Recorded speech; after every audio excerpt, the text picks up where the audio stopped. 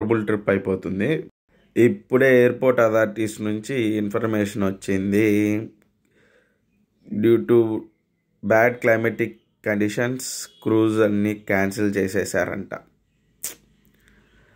ఎంతసేపు మేము వెయిట్ చేసి క్రూజ్ క్యాన్సిల్ అంటే మా గుండెలో రాయబడినట్టు అయిపోయింది.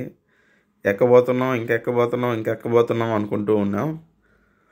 ఎయిర్పోర్ట్ నుంచి 3 hours జర్నీ చేసి వచ్చాము. ఇక్కడికి వచ్చి ఒక 3 hours వెయిటింగ్ చేసాము. ఇప్పుడు క్రూజ్ ట్రిప్ క్యాన్సిల్ అని ఇప్పుడే వాళ్ళు వచ్చి ఇంటిమేషన్ ఇచ్చారు. చాలా మిస్ అవుతున్నాం మేమైతే మాత్రం. చూడాల్సినవి అన్నీ మిస్ అయిపోయాయి. అప్సెట్ అయిపోయాము. మళ్ళీ ఇక్కడ నుంచి 3 hours జర్నీ చేసి మళ్ళీ హనాయికి వెళ్ళాలి.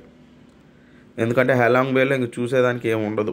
మనం క్రూజ్ ఎక్కితేనే అన్నీ కవర్ చేయగలుగుతాము, అన్నీ చూడగలుగుతాము. మీకు కుదిరితే నేను వీడియో ఎండింగ్లో హెలాంగ్ బేలో చూడాల్సిన ప్లేసెస్ ఫొటోస్ అవి మీకు పెడతాను. సారీ, మీకు చూపించలేకపోతున్నాను, మేము చూడలేకపోయాము. చూస్తున్నారుగా ఎంత అందంగా ఉందో లైమ్ స్టోన్ కొండలు, క్లైమేట్.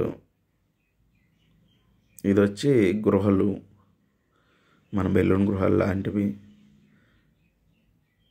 కయాకింగ్ చేయాలి మేము లెక్క ప్రకారం. ఆ కయాకింగ్ కూడా మిస్ అయ్యాము.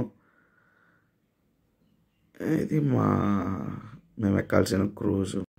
హోప్ఫుల్లీ నెక్స్ట్ డేస్ ఎంజాయ్ చేద్దాం.